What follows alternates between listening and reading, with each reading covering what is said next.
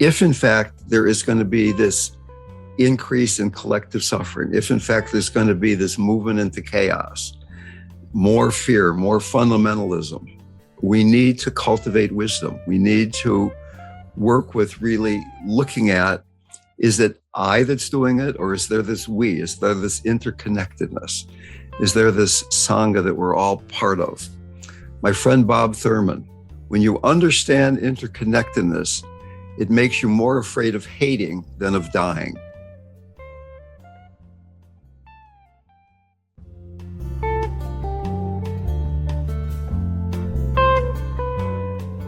Welcome to Dale Borglum's Healing at the Edge.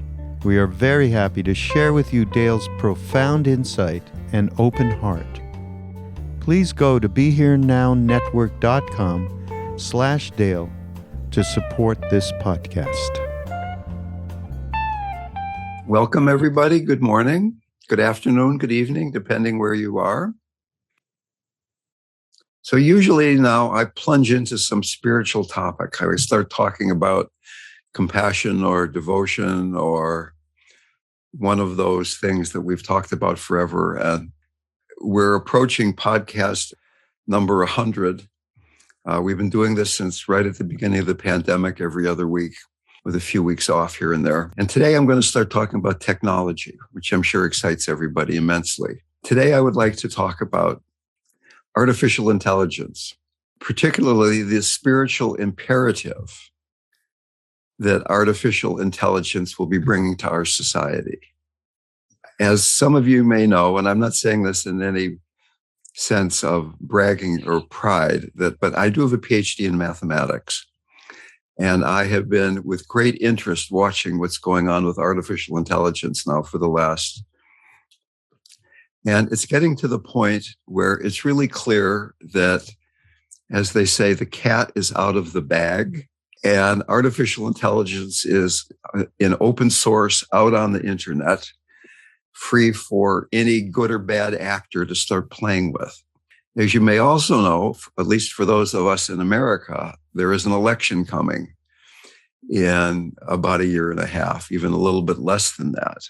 So what some experts are saying, people who help Google develop AI, people who really are on the inside of what is going on, there is a few projections that are quite common. You may have read about these things. And when I first started hearing them, I thought, these people are overreacting. But the more I've looked at this, I don't think there's an overreaction at all. One of the things they're saying is that there will be a great disruption in the next 5 years. A lot of people are going to be put out of their jobs, that there will be a lot of misinformation out there, that it will be very difficult, if not impossible, to tell what is truth and what is fake news, or what is, you'll see videos of Joe Biden saying and doing things that he never did. You'll see videos of Donald Trump or Ron DeSantis or whoever it is doing or saying things that he never did. And as a result of this, there will be a great deal of fear. There will be a great deal of anger in our society, both from the political fallout and then the economic fallout that has to do with the fact that there will be such disruption in who's having what kind of job. This transformation is already underway. There's no way it's not going to happen.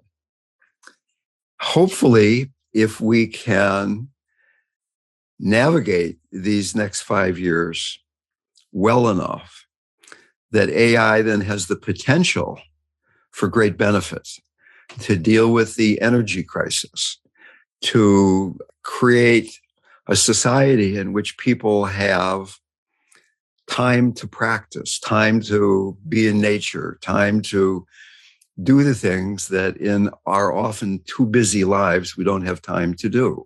So there was an article in the New York Times a few days ago, how could AI destroy humanity? Which wasn't a very interesting article, but the comments were extremely interesting.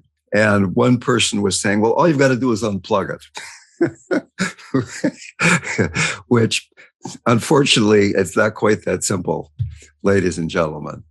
If you or I are operating from the Western model, that we get purpose from what we do, that there's a goal out there, that there's a goal that we're trying to achieve, that the Western model of purpose in life is going to have disruption. There's going to be a problem there. Because, suppose you're a writer. I just wrote a book.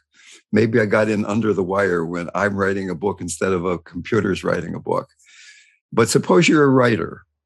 And like in 3 years from now, the computer can write a better book than I can write, right? So that this purpose I have of writing good books or being a good doctor or being a good lawyer is being replaced by AI, then where am I finding purpose?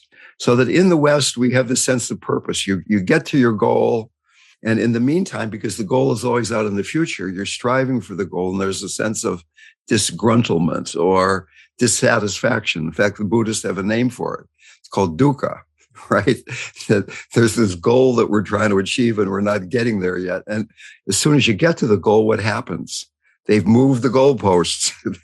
There's another goal that's out there in the future. In the East, there's a different way of working with purpose. It's living in the timeless present with direction.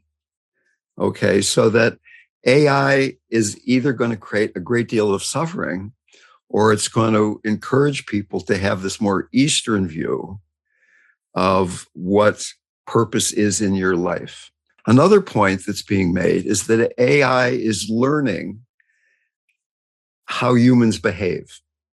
So that you go to some website and there's an article about Donald Trump. And the first comment is, I really love Donald Trump. And the second comment is, I really hate you because you love Donald Trump.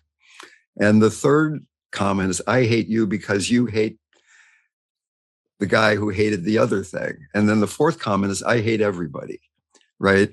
So that AI is saying, oh, this is the way humans act. And maybe I can act that way because, I'm sucking in all this information. So that the more people out there creating compassionate, loving, interdependent, if you will, or realizing interdependence kind of content, the more AI is going to be thinking, oh, there's this other way of doing things. Now, my hope is that AI is smart enough that when it reads the scriptures about Advaita Vedanta and Dzogchen, they're going to say that even though these people are acting really crazy, there is this fundamental wholeness. There is this depth underneath it all that trumps, pardon the use of that verb, all of the crazy activity people are having. That's the technological part of the talk. The next part of the talk is how do we respond then to this great disruption that's going to be happening? There will be a lot of fear in society. There will be a lot of anger in society. And the election cycle is going to amplify it exponentially. How do we deal with that? Quote from the Dalai Lama: for true happiness to come about, we need a calm mind, and such peace of mind is brought about only by a compassionate attitude. Compassion combined with wisdom is really going to be an important quality that all of us need. I shouldn't say need. It would be very beneficial if you and I can begin to deepen our ability to feel compassionate. There will be, in response to the anger and the fear, an increase in fundamentalism. People saying, my way is the right way, your way is the wrong way, I don't like you, you're evil. And of course, if you think they're evil, I was just visiting family today where everybody else in the room was what they call themselves conservatives. People that call themselves conservatives now are often the least conservative people I've ever met, but that's a whole other discussion. Can we deepen compassion for a great upheaval that will bring fundamentalism to the foreground? And can we begin to shift in terms of our wisdom? I have to help to we. Can we really begin to get our fundamental interdependence? That you and I, the people in this room and the people not in this room, we're doing this together. And we're doing this together with the people that we don't agree with. That's the hard part to accept. Self-centeredness inhibits our love for other people. And we're all afflicted by this to one degree or another. For true happiness to come about, just like the Dalai Lama says, we need this peace of mind. And compassion is a tricky concept. I mean, I've been teaching compassion for decades, and I'm still surprised at how difficult it is for people to understand that compassion is not an emotion. Compassion is a state of being that includes you. It includes the people you like. It includes the people you don't like.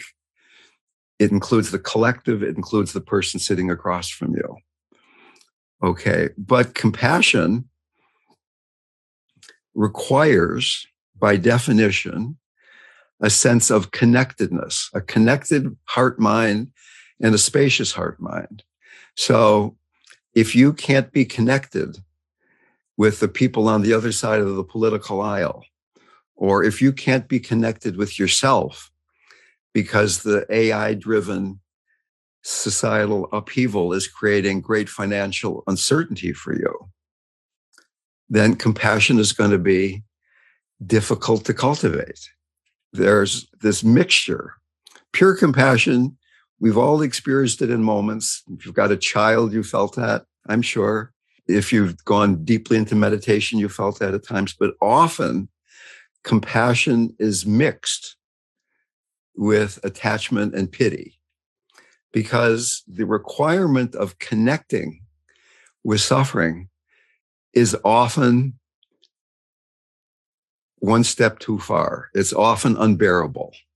We're being asked to do what seems, at least to the ego structure, to be unbearable.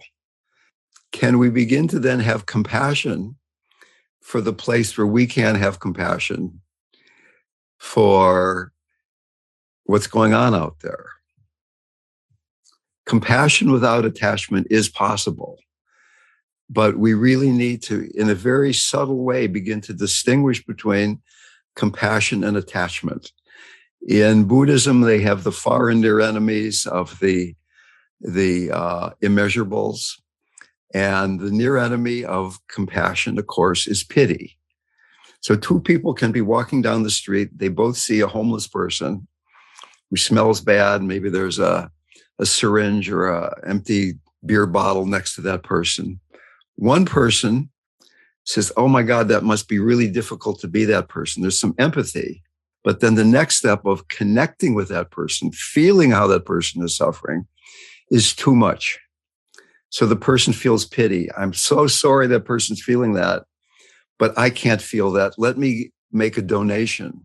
Let me put some money in the begging bowl there and continue on my way. Where the second person sees the homeless person, their heart is moved by that to open up into compassion, and they begin to feel the suffering, what it's like to be that human being. You can't know, obviously, perfectly what it's like to be a homeless person or that homeless person, but you feel what you imagine it is like to be with that human being. You open your heart and connect with. You let the heart be spacious, that it's not a conceptual thing. You're not thinking about it. The heart is empty of concept and connected, and you feel the suffering. Now, I'm not saying that you and I can do this 24/7. It would be overwhelming for most of us, but it is the practice that is going to be increasingly asked of us as this, what I am pretty much predicting or even maybe assuming is going to be happening in the relatively near and medium future. Compassion without wisdom is mushy and it gets overwhelmed. Wisdom without compassion is dry and brittle. So that the two pillars of Buddhism, in some fundamental way, is the balance of wisdom and compassion. And what we mean by wisdom is that there is a reality, and the reality is certain qualities. One of the realities is that there is impermanence.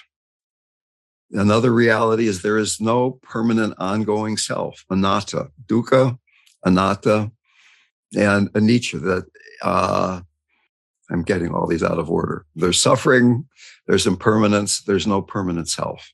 And once again, these are concepts that can be seen as intellectual. But to begin to combine the heart quality of compassion, the heart quality of loving kindness, with realizing that everything is changing, not only in day to day, year to year, but moment to moment to moment, even mind moment to mind moment, that we can begin to trust this letting go, this dying into the next moment.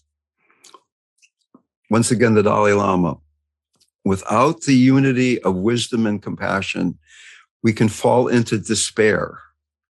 If in fact there is going to be this increase in collective suffering, if in fact there's going to be this movement into chaos, more fear, more fundamentalism, we need to cultivate wisdom. We need to work with really looking at, is it I that's doing it, or is there this we? Is there this interconnectedness? Is there this Sangha that we're all part of? My friend Bob Thurman, when you understand interconnectedness, it makes you more afraid of hating than of dying. Isn't that a great quote? When you understand interconnectedness, it makes you more afraid of hating than of dying. Okay. Compassion is a combination of loving kindness and generosity, right? We not only open our heart, but there's a compassionate response. We generously offer ourselves. We give that which is most precious of ourselves. We are developing egolessness by being generous.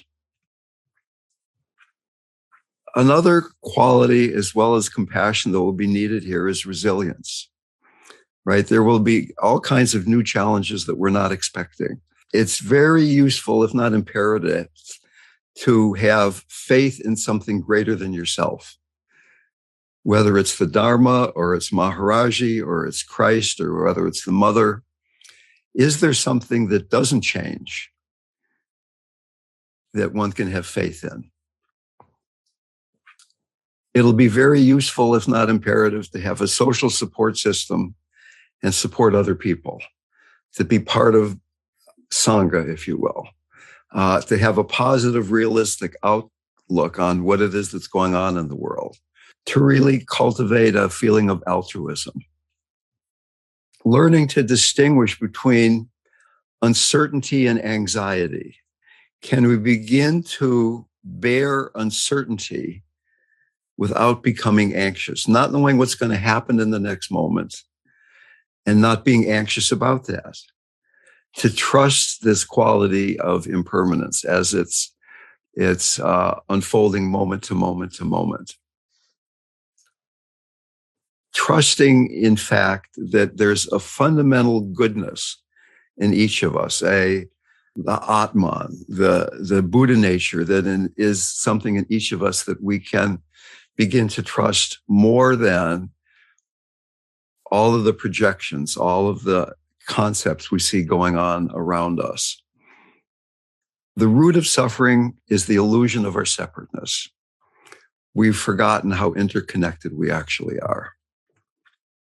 Learning to develop equanimity in the face of all this suffering that's going on in the world. Equanimity supports compassion. Equanimity supports the balance of compassion and wisdom. So that is what I would like to say. And I'd like to open this up to discussion now.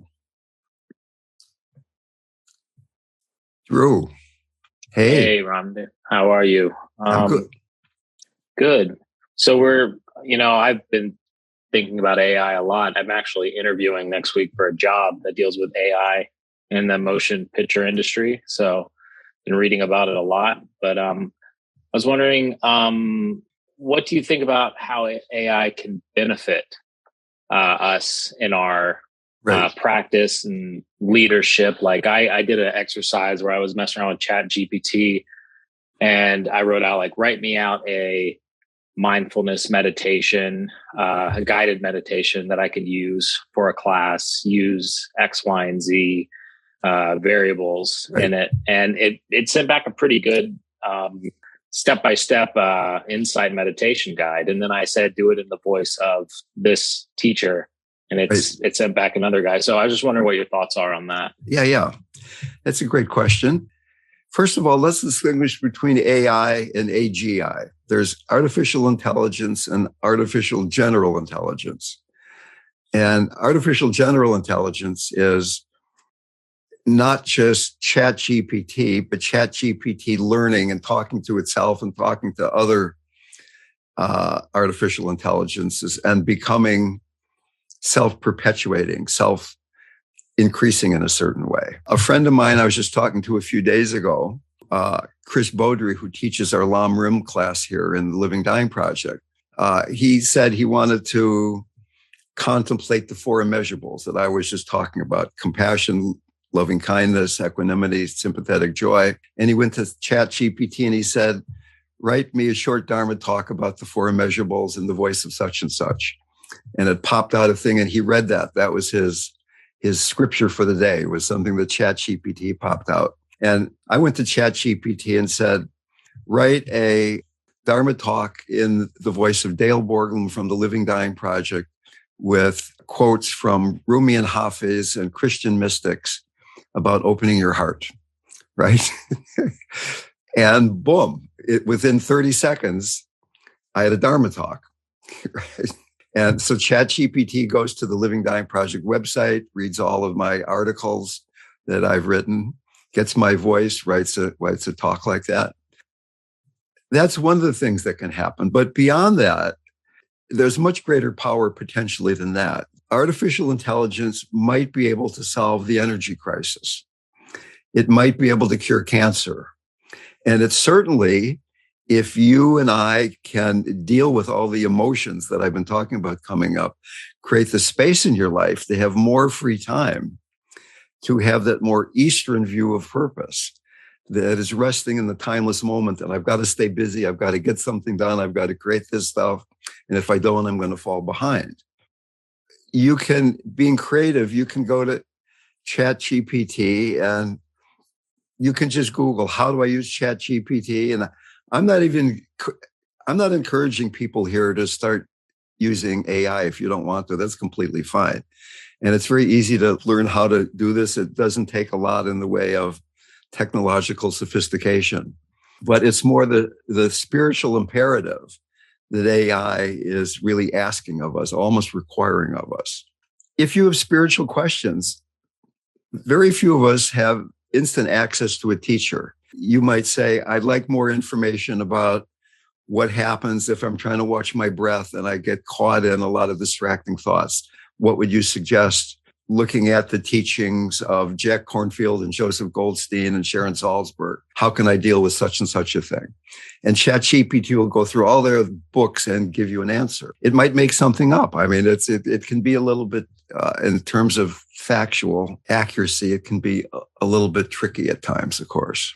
But the main thing is it will create, if we can navigate this difficult period in the 10 to 15 to 20 year time frame, there can be great benefit coming from it in terms of feeding people energy. It could bring some utopian qualities into society. At the same time, given Ukraine and Putin and Trump and Democrats and all this stuff, there can be a lot of fundamentalism arising that's going to create great upheaval. Moving on to Nicholas. Thank you for what you did for me, Nicholas. I appreciate that. Thank you. I love you. I don't know if this is a question or a comment. I feel that, well, capitalism is still in place, and I don't even know what the next system will be. Artificial intelligence is going to be manipulated for profit making, and the way everything else has been, from art to religion to everything else. And I'm wondering, thank you so much for guiding us through this funnel, this path. I don't even have words to explain it. I'm wondering about the emotional implications of artificial intelligence. Like, I feel the turmoil in my body because this thing is coming at me. And there's a lot that's going to be lost emotionally. And that's the best way I can explain it. It's a whole new field era that's opening so fast, so quickly. How can we prepare for that? Spiritually and mentally and emotionally, I don't know. Thank you. Yeah. Well, Nicholas brings up the important point that I didn't bring up, which is the problem isn't artificial intelligence. The problem is greed and capitalism combined with artificial intelligence, right? And that's the answer to that is exactly what I've been talking about, is that a deepening of compassion, a deepening of wisdom, all of these heart qualities depend on being centered, of having an embodied mindfulness. So Nicholas was saying he feels it in his body, that it's coming for him. As I said about 5 minutes before, there is a distinction, a crucial distinction between anxiety and uncertainty. There is great uncertainty. And can we have enough faith in our own practice? Can we have enough faith in the Dharma, our practice, that we can bear uncertainty and not get lost in anxiety? Can you be with those emotions? So let's just suppose that everybody in this room is going to have strong emotions arising in one form or another in response to AI-generated events in your life, whether it's political or economic or social or relational. I mean, supposedly within 5 years, AI can create a better partner for you emotionally than what you have right now. And it'll be 12 to 15 years before robotics catch up. So that there's actually that being in physical space instead of just in the computer. So these emotions are coming up. You feel it in your body. That's the first step. Can you feel it in your body and not get lost in your mind? Can you feel the uncertainty? Can you feel you don't know what's going to happen next, and be with those sensations? Embodied, centered, grounded mindfulness. And then the next step, can you have compassion for the situation? You realize that not only are you feeling great uncertainty, but many, many people are. You're, as they say in Buddhism, you're turning poison into medicine. By you working with your uncertainty, you're realizing that so many people out there are feeling the same poisonous emotion. And by you having compassion for that, you're helping other beings because of our interconnected nature. You're doing this for all beings. You're not just working with your own situation, but the global situation, the collective. And then finally, you get to this tantric stage where you realize that all this energy is just that. It's awakened energy, that this emotion in your body, emotion, moving energy, is awakened energy. And that in Tantric Buddhism, they say that the stronger the emotion is, the greater the opportunity for awakening. So that this is an incredible opportunity for awakening. In the stock market, they say when there's a lot of chaos, there's a great opportunity for making a lot of money, because a lot of people are going to be caught in emotion. If you're not caught in emotion, you can make a lot of money. And it's the same thing spiritually. When there's a lot of emotion, it's a great opportunity for seeing who you really are, realizing the power of the Dharma. Can we treat this as an opportunity, as Compassion 101, not Compassion 1A or 2A, but it's the graduate course now. And for those people who don't have the Dharma as a fundamental support in their lives, it is highly probable that a lot of what's happening in the future is going to be pretty difficult. Thank you for discussing this topic. I find it really fascinating. And it's interesting to know that AI will be weaponized and it can also be used for good. But there's probably little question that there will be some ill effects from it. One of the things I was quite interested in with AI is an idea of whether it could develop consciousness. And I don't really believe that could be the case. I think it developed intent is what matters. I don't think it has original intent. But I come across this with like photography. Like, they have these beautiful images that AI creates, and I don't consider it art because the intent wasn't there. Right. Somebody told it to do that. And I'm also working with this concept of out of emptiness arises compassion, which you were speaking about before. I was wondering if you ever felt like AI would reach a level where it could become conscious and understand kind of the concepts that it could read and kind of deliver to us. I have a PhD in math, and what that created in me was a sort of an anti-intellectual bias. So that to answer your question depends on a lot of definitions of what's conscious and what's not conscious. And AI will be way, way, way smarter than any human being that's ever lived in terms of IQ and manipulating concepts and realizing, understanding the library of human knowledge, if you will. Somebody once asked the Buddha some question that was kind of intellectual. I'm not accusing you of anything here. And he said, well, it was the autumn and there were millions of leaves on the ground where he was speaking. And he picked up a handful of leaves and he said, oh monk, which is greater, all the leaves on the ground or these few leaves in my hand? And the monk, being a good straight man, said, well, obviously all the leaves on the ground are greater. He said, just so, what I'm offering you is all the leaves that you need. Don't worry about all the stuff on the ground. And so, in a way, part of the point I'm trying to make here is that it's time to essentialize. It's time to really look at what do we need to do to deal with chaos. My guess would be the answer to your question is no. That would be my guess, but it's not something I've spent a lot of time on, right? Whether we're conscious, whether AI is, whether we're conscious, whether AI is going to be conscious or not. It's going to change our lives. Having been around enlightened beings, having the great blessing and privilege to be around a number of enlightened beings, it seems highly unlikely to me that a machine could even have that, because there's even still AI, it's in the realm of the finite. And consciousness is infinite. And Maharaji's being was infinite, and Christ's being was infinite, right? Finite can be really, really, really big, but it's never going to be infinite. Maybe that's the best I can come up with here. Any response to that, Ian? You want to say anything more? Yeah, no, that was really good. Thank you.